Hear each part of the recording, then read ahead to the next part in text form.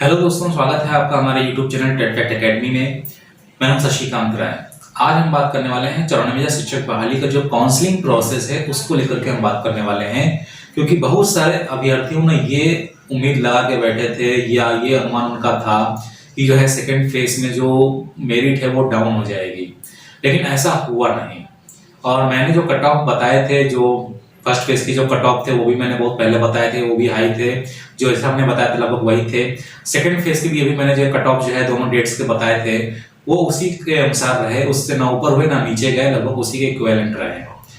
तो कहने का मतलब यह है कि जो 94वें शिक्षक बहाली प्रक्रिया जो चल रही है इसमें जो कट ऑफ है आखिर वो डाउन कब होता है,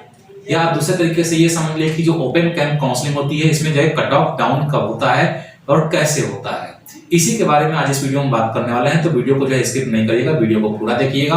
और जो भी शिक्षक अभ्यर्थी हमारे चैनल पे नए हैं वो चैनल को सब्सक्राइब कर सकते हैं। सब्सक्राइब करने के लिए आपको क्लिक करना होगा सब्सक्राइब बटन पे, बेल आइकन पे प्रेस करिएगा और ऑल पे क्लिक करना ना भूलिएगा।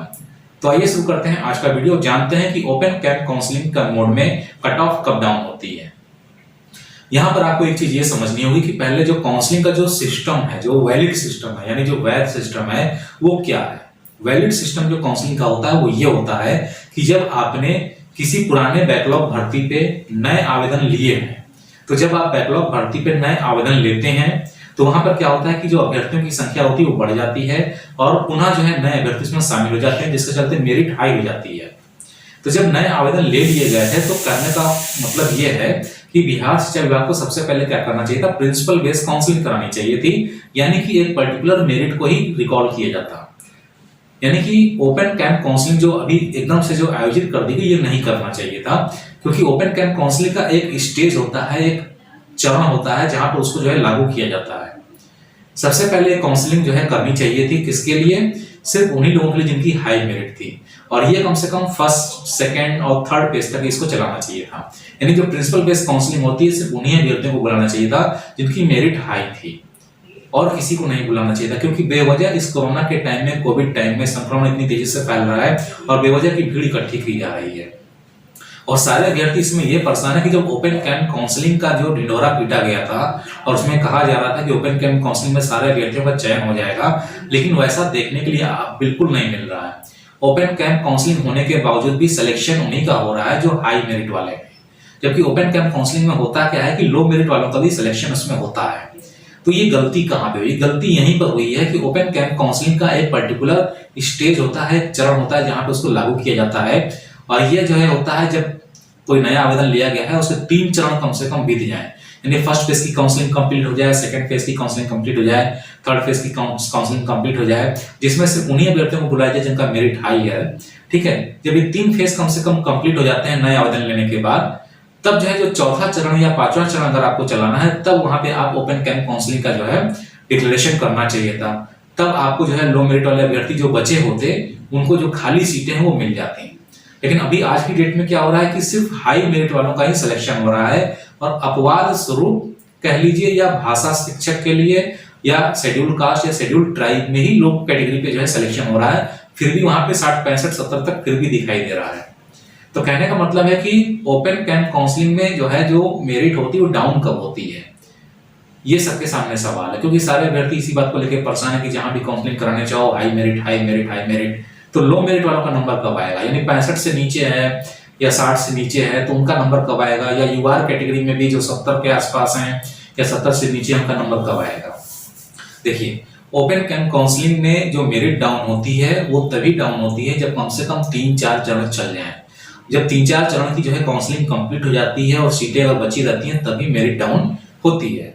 तभी जो है लो मेरिट वालों का सिलेक्शन हो सकता है। लेकिन वो भी इस बात पे डिपेंड करता है कि आपने वहां पर फॉर्म अप्लाई किया है कि नहीं किया है। अगर आपने उस पर्टिकुलर नियोजन निकाय में फॉर्म अप्लाई नहीं किया है तो फिर आपका वहां सिलेक्शन नहीं होगा, और वो सीट हो सकता है वैकेंट भी चली जाए, या फिर जो है जिसने अप्लाई किया हो और आपसे भी कम मेरिट हो तो उसका जो है हो जाए। कहने का मतलब है कि ओपन कैंप काउंसलिंग में मेरिट तभी डाउन होती है जब कम से कम पहले चरण से लेकर के 3 या 4 चरण तक की काउंसलिंग जो है करा ली जाए।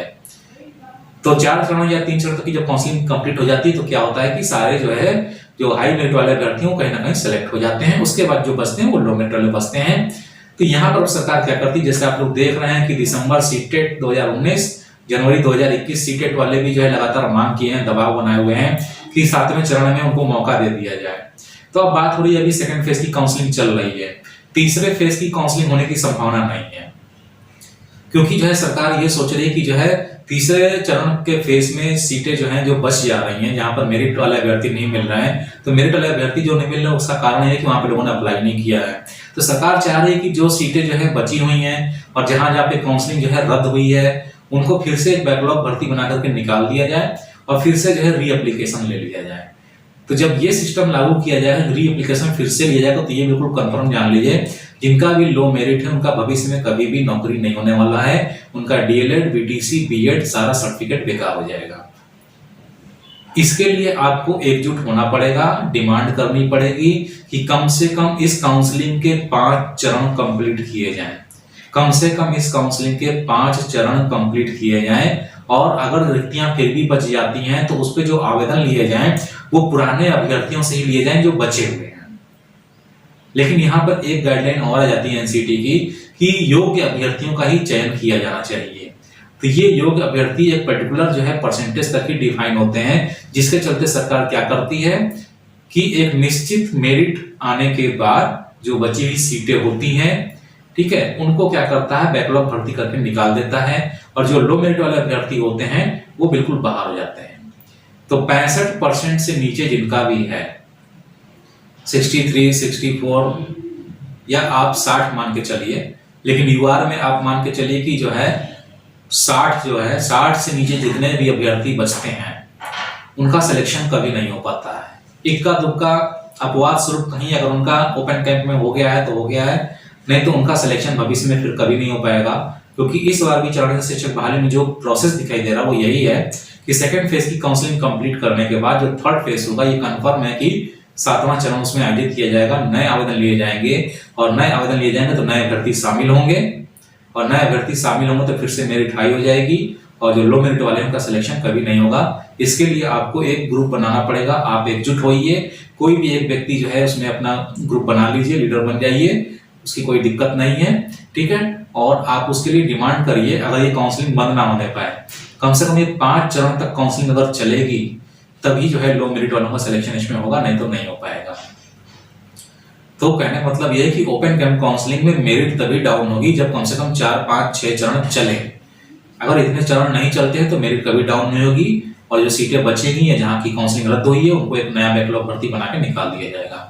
तो उम्मीद है कि इन्फॉर्मेशन आपको समझ में आ रही होगी, मेरी बात समझ में आ रही होगी। तो वीडियो पसंद है तो वीडियो को लाइक करिएगा, शेयर करिएगा, चैनल को सब्सक्राइब करना ना भूलिएगा। तो जल्दी मिलते हैं अपने नए वीडियो के साथ में, तब तक के लिए इजाजत दीजिए, धन्यवाद।